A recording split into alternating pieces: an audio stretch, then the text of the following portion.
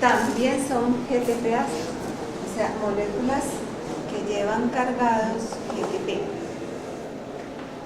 Entonces, él igualmente tiene un dominio que remeda un tRNA, o sea, que tiene mímica molecular. De otra manera, no se podrían unir al sitio aminoácido, como ustedes ven aquí. Al sitio aminoácido. Cuando llega ahí y engaña el ribosoma, pues ya no puede seguir más la cadena polipeptídica, se libera el factor por medio de una hidrólisis y ahora viene el factor RF2 o RF3, cualquiera de ellos, hidroliza la cadena peptídica y sale. Entonces hay una hidrólisis de la cadena peptídica y la cadena se libera y sale.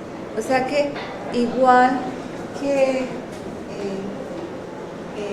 ¿qué es lo que hace entonces esos factores?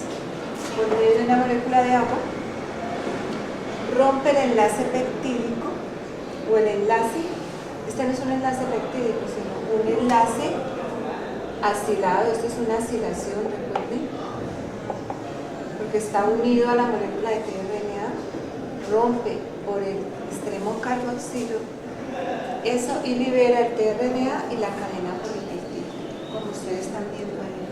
O sea que ya se puede liberar el tRNA de la cadena polipeptídica. Entonces, ¿por dónde? Por el extremo carboxilo.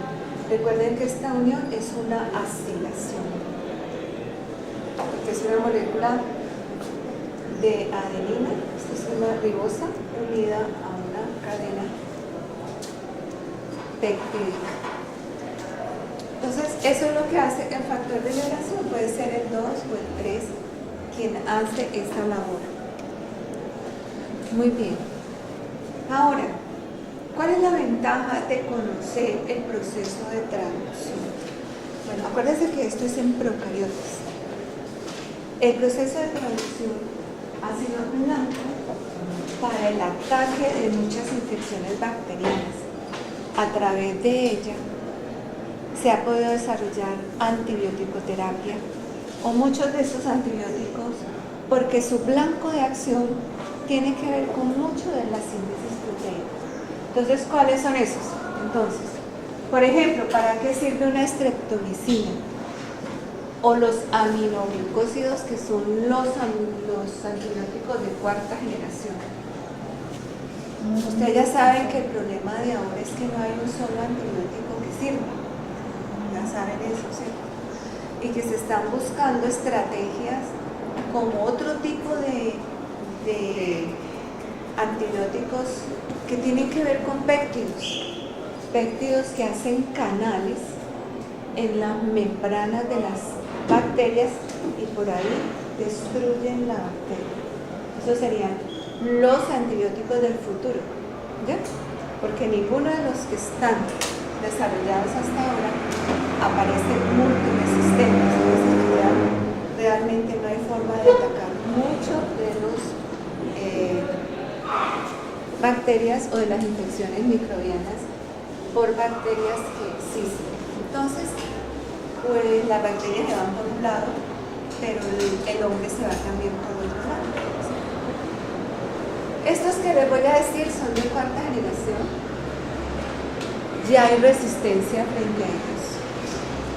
Y por ejemplo, este inhibe o causa que se lea, que no se lea el mensajero, ¿cierto?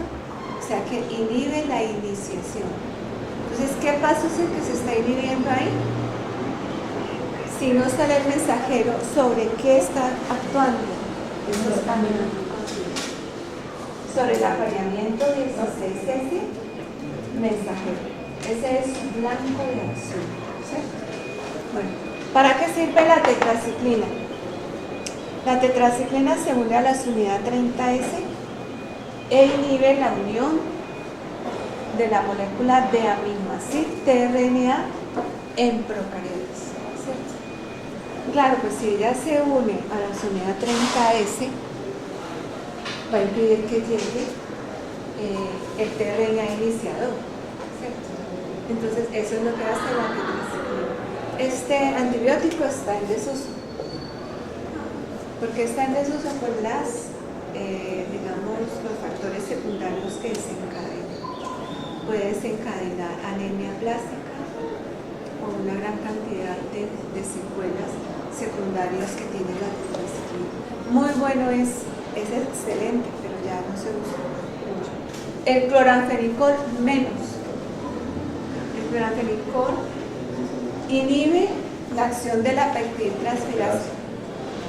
Si inhibe esa acción, pues no hay síntesis proteica, ¿cierto?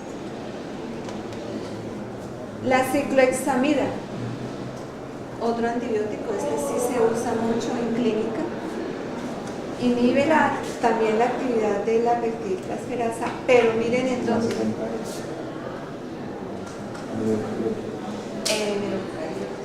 o sea que para nuestras células es extremadamente venenoso. Porque imagínense que a nosotros nos inhiba la síntesis proteica. ¿Sí?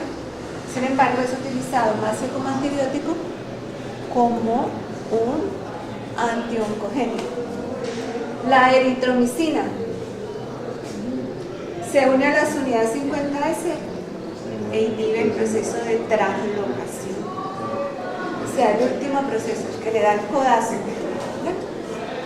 Y la puromicina, esa sí es muy interesante, causa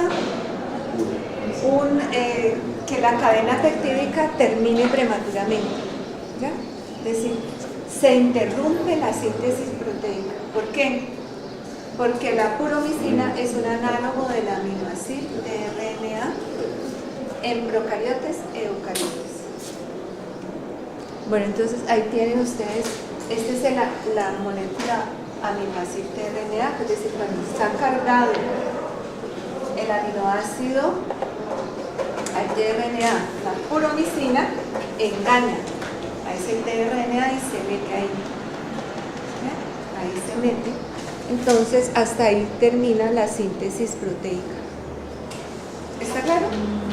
Bueno, ¿dónde está el control aquí? El control o la corrección de pruebas en este proceso. Este proceso, igual que la transcripción, igual que la traducción, tiene una corrección de prueba. La corrección de prueba se encuentra en este paso, en la carga. Cuando el aminoácido que se carga con la molécula de tRNA es el incorrecto, ¿recuerdan ustedes qué hace esa aminoácido tRNA? Lo hidroliza, lo saca y pone el correcto. ¿Sí recuerdan eso? Entonces, el paso de control en la síntesis proteica está aquí. Cuando el aminoácido es cargado por el tRNA y a su vez es descargado por EFTU para llevarlo hacia la síntesis proteica. Entonces, si este es el incorrecto, la enzima que lo cargó, acuérdense que tiene un sitio de edición, lo saca y vuelve y mete el aminoácido correcto, el que dice la relación codón-antícodo. Allí está la corrección. Bueno, muy bien, esto es lo que llamamos entonces la síntesis proteica en procariotes. Vamos a mirar ahora la síntesis proteica en eucariotes.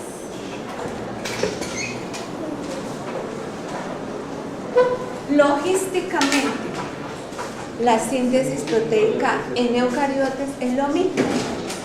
Tiene los mismos 4 procesos: activación, iniciación, elongación y terminación.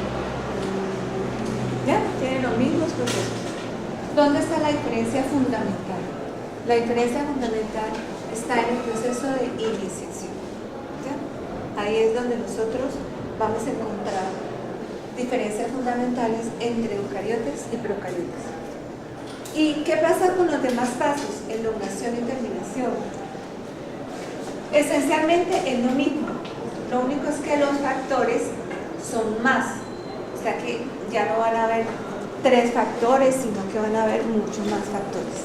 Entonces nosotros nos vamos a centrar hoy en el proceso de iniciación, ¿ya?, de la síntesis proteica. Como es en eucariotes, ellos van a llevar la letra así, E y F, que quiere decir eucariote, y va a haber IF1, IF2, IF3, IF4, etc. Son muchos más, ¿cierto? Pero la diferencia está en que lleva siempre la letra E. ¿Ya? Muy bien. ¿Qué diferencias fundamentales encontramos? Primero, que el mensajero no está disponible inmediatamente como es en procariotes.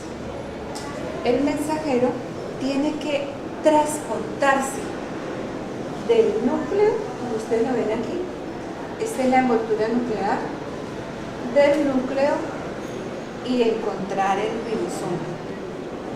Aquí está muy claro que él tiene que viajar e encontrar el ribosoma. Entonces, hay 2 formas de hacerse ese proceso de iniciación. Uno que se llama dependiente de la caperuza,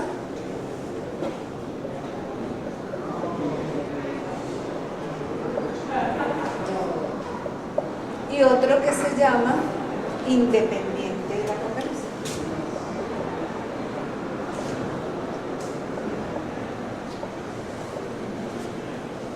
Bueno, estas letricas están...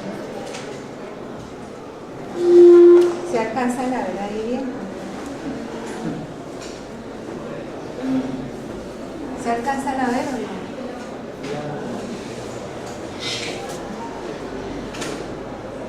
Primero que todo, ¿cómo son las unidades ribosomales eucarióticas? Son 40S y son 60S. Entonces, ¿qué es lo primero que se tiene que hacer? Lo mismo que en procariotes. Separar las 2 unidades, la unidad 40S y la de la unidad 60S. Entonces, cuando se separa la de 40S de 60S, ¿quién hace esa separación? Bueno, el factor es lo mismo, E y F1, E y F3. Ese sería el primer paso. Y F1, E y F3. Recuerdan que aquí el problema es que tiene muchos más factores. ¿Qué pasa en el segundo paso? El segundo paso, entonces, es la llegada del primer tRNA. Recuerden que ese primer tRNA lleva metionina. O sea que es la llegada del primer tRNA. Y ahí es donde vamos a encontrar algunas diferencias. Entonces, cuando se le pegan los factores E y F3, E y F2, que es el que lleva, y el factor 1A, que es el que separa esto, esta unidad 40S va a pesar más. Es una unidad de 43S. Una unidad de 43S.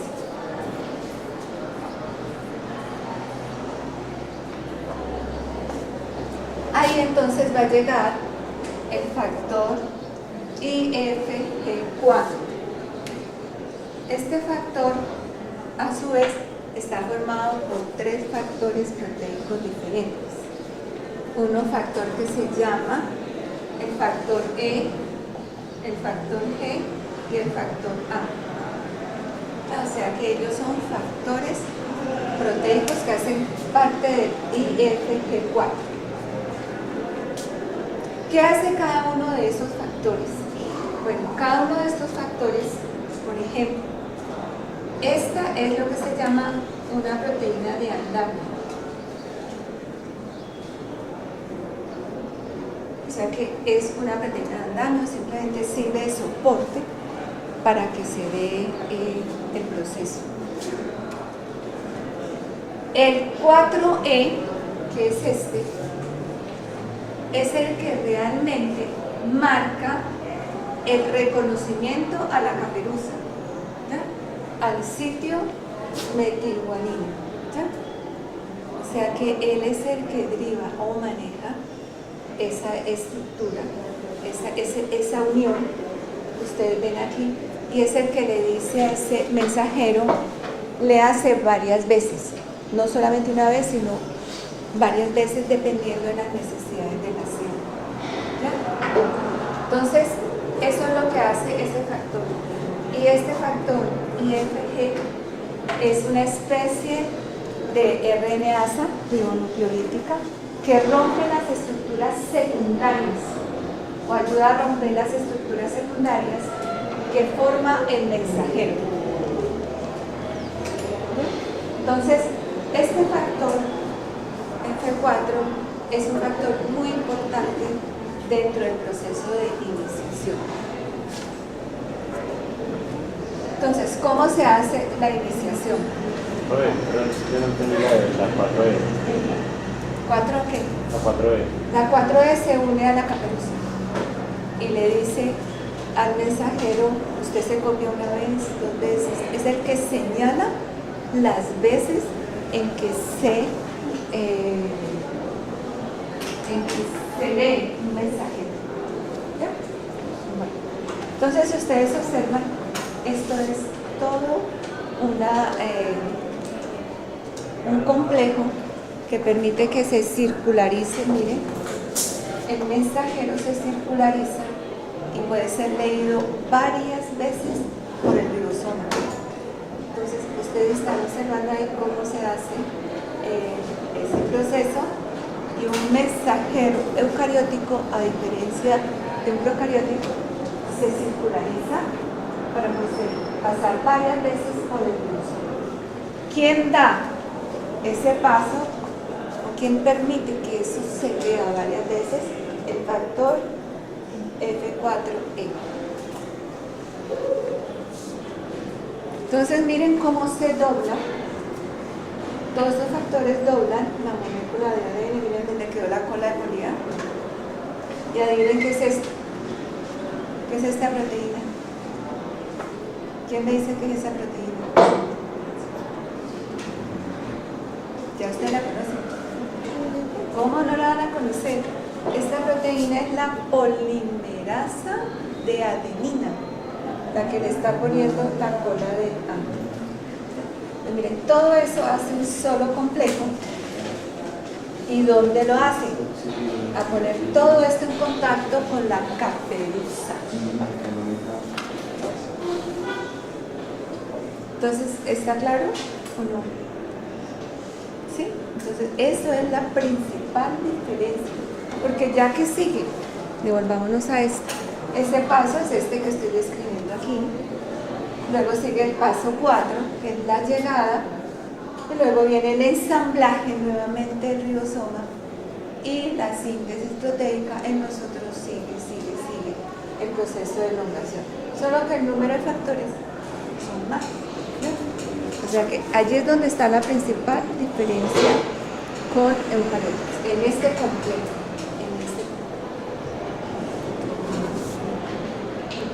Bueno, ¿cómo se llama independiente de caperuza? ¿Qué es lo que pasa cuando es independiente de caperuza? Cuando es independiente de caperuza, ¿qué quiere decir? Que la síntesis proteica no requiere esos factores que nosotros acabamos de describir. La síntesis proteica simplemente requiere lo que se llama un sitio interno de reconocimiento del ribosoma.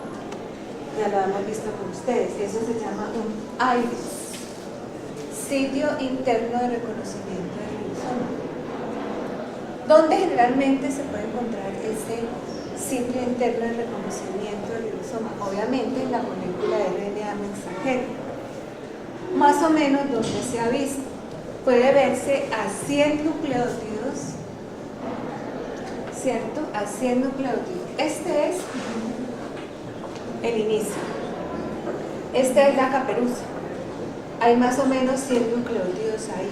Después del sitio de inicio hay lo que se llama un sitio interno de reconocimiento del ribosoma, que como dice aquí, puede estar a miles de nucleótidos después del sitio de inicio.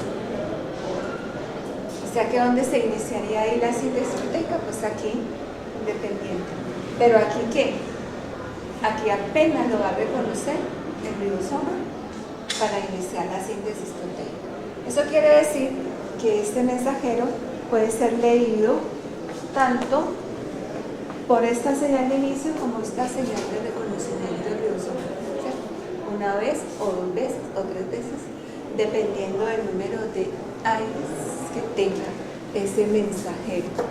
Eso es bien interesante porque es otra forma de permitir la lectura de un mismo RNA mensajero varias veces con sitios internos de reconocimiento de ribosomas. Aquí inicia y lo lee, pero si se encuentra otro sitio de reconocimiento, vuelve y lo lee. Si se inicia otro por acá, vuelve y lo lee y vuelve y lo lee. Estos lo tienen unos mensajeros específicos, no lo tienen todos. Y definitivamente fue encontrado en ciertos genes y en otros no. Entonces eso es muy importante para ustedes entenderlo y conocerlo. Bueno, con esto terminamos lo que se llama traducción y hasta aquí es el examen, tercer parcial, ¿no? El tercer parcial. Vamos a empezar. ¿Alguna pregunta sobre esto que no les haya quedado claro? ¿Alguna pregunta antes de pasar al otro tema? Bueno, en este momento iniciamos el tema del cuarto y último parcial, ¿ya? O sea, del final. Si les quedó todo claro, podemos continuar. ¿Alguna pregunta? ¿Cuándo qué? No requiere factores, no requiere sitio interno, reconocimiento del ribosoma. Sí, no requiere ningún factor. La RNA está a 100 nucleótidos El sitio de inicio. Pero entonces ¿dónde se une el AIRES? AIRES se une al ribosoma. Pero que es una unidad o qué. A la señal igual a la señal original. No se da cuenta de si se hace la síntesis normal. Es el sitio de reconocimiento. Ahí es el sitio de reconocimiento. Si te reconocimiento como hay. ¿Ah? El sitio de Si te reconocimiento es el aire. Sitio de reconocimiento interno. Por eso se llama Exacto. Y ese es el que está. ¿Cuál es el que está? ¿Cuál es el externo? Pues la caperuza, ¿cierto? El interno son sitios de reconocimiento donde el ribosoma vuelve y reconoce y vuelve y lee. Eso está a miles de nucleótidos después del sitio de inicio. ¿Ya? Después del sitio de inicio. Esto lo que permite es que sea leído varias veces. Es otra estrategia de capitalismo. Mientras que la caperuza, el factor S que hace que se lea varias veces. Bueno, vamos a pasar a ver ahora sí algo mucho más amable para ustedes, ya que no vamos a hablar mucho de moléculas sino a nivel celular, algo que les va a gustar un poco más. El tema de biología molecular, claro que el tema de biología molecular es apasionante. Ahorita no lo ven así, pero cuando ya vean su clínica se van a dar cuenta la importancia de este tema. Ayer le escribí un correo, yo tengo un hermano que es neuropediatra, y me dice, mira, pude bajar de Science un artículo que se llama GPX, donde me están mostrando que el DNA de los tejidos es diferente. Mis alumnos ya saben eso. Te digo, estás atrasado porque no es de tejido a tejido, es de célula a célula. ¿Cómo así? Para que vean. Entonces salió que está bajado gratis. Lo recomienda un geneticista español, lo pueden bajar gratis de la red y es un artículo de Science donde aparece que varios tejidos, tejido pulmonar, tejido... Parker no entendía mucho sobre qué es eso de secuenciación, proyecto Pacific, ¿se acuerdan? Entonces, nosotros nos escribimos porque yo le resuelvo los casos genéticos que se le presentan. Como neuropediatra tiene muchos casos genéticos. Entonces, entre los dos resolvemos los casos, por ejemplo, parálisis cerebrales, por problemas genéticos, obviamente, ¿cierto? Enfermedades genéticas raras las compartimos, y artículos también de biología molecular los compartimos. Entonces, él tiene que entender varias cosas de biología molecular, porque dice, no, yo me quedo en la nube, no entiendo, decime, explícame tal cosa. Entonces, es bueno que ustedes se lean esos artículos para que vean que no estamos desfasados. Ahí es donde ustedes van a encontrar la aplicación. Bueno, este cuadrito ya lo conocíamos, ¿cierto?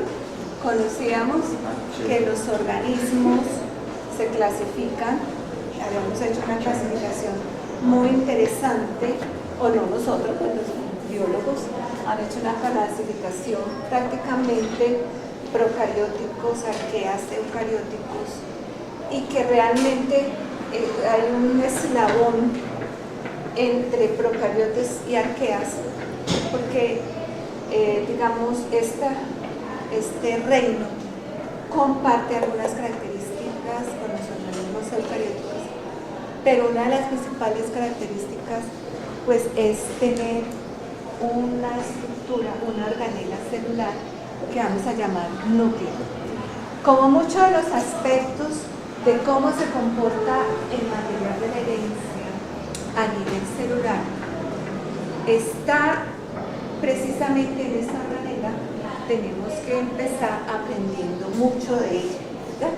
Hemos visto cómo se comporta el material genético a nivel molecular, ahora vamos a ver cómo se comporta a nivel celular, y para eso tenemos que obviamente hablar de la estructura que lo tiene guardadito, confinado.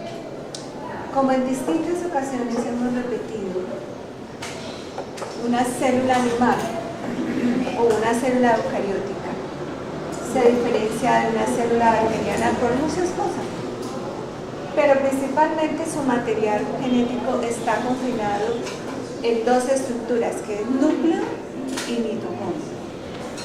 Nosotros vamos a hablar ahora de las mitocondrias, ¿cierto? De las mitocondrias, y vamos a hablar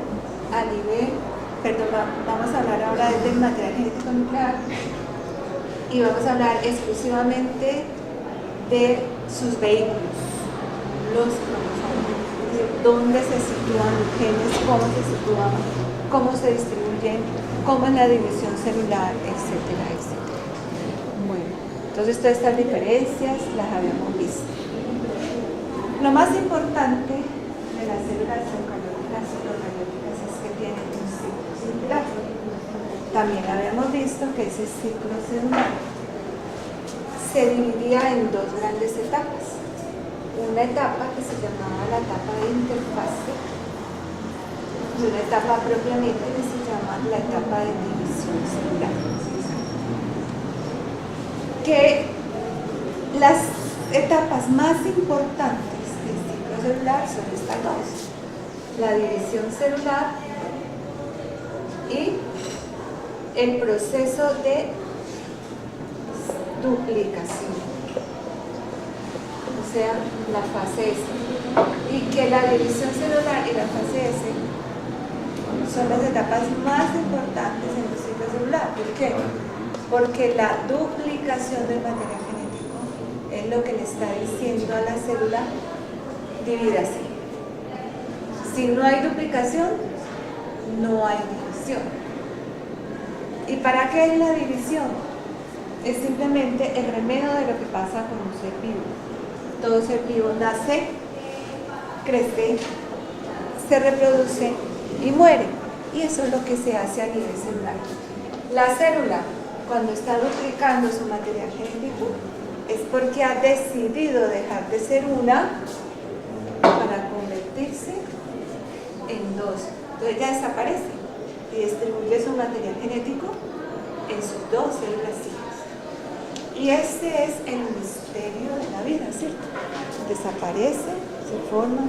Nosotros, por ejemplo, desaparecemos. ¿Qué queda de nosotros? Nuestros descendientes. ¿Recuerdan lo mismo? Les he dicho, el que no se reproduce es un cadáver biológico. El que no tiene hijos es un cadáver biológico. ¿Por qué? Porque hasta ahí llegó su material genético, hasta ahí llegó todo. ¿Cierto? Entonces, esa es la forma como esta célula desaparece y se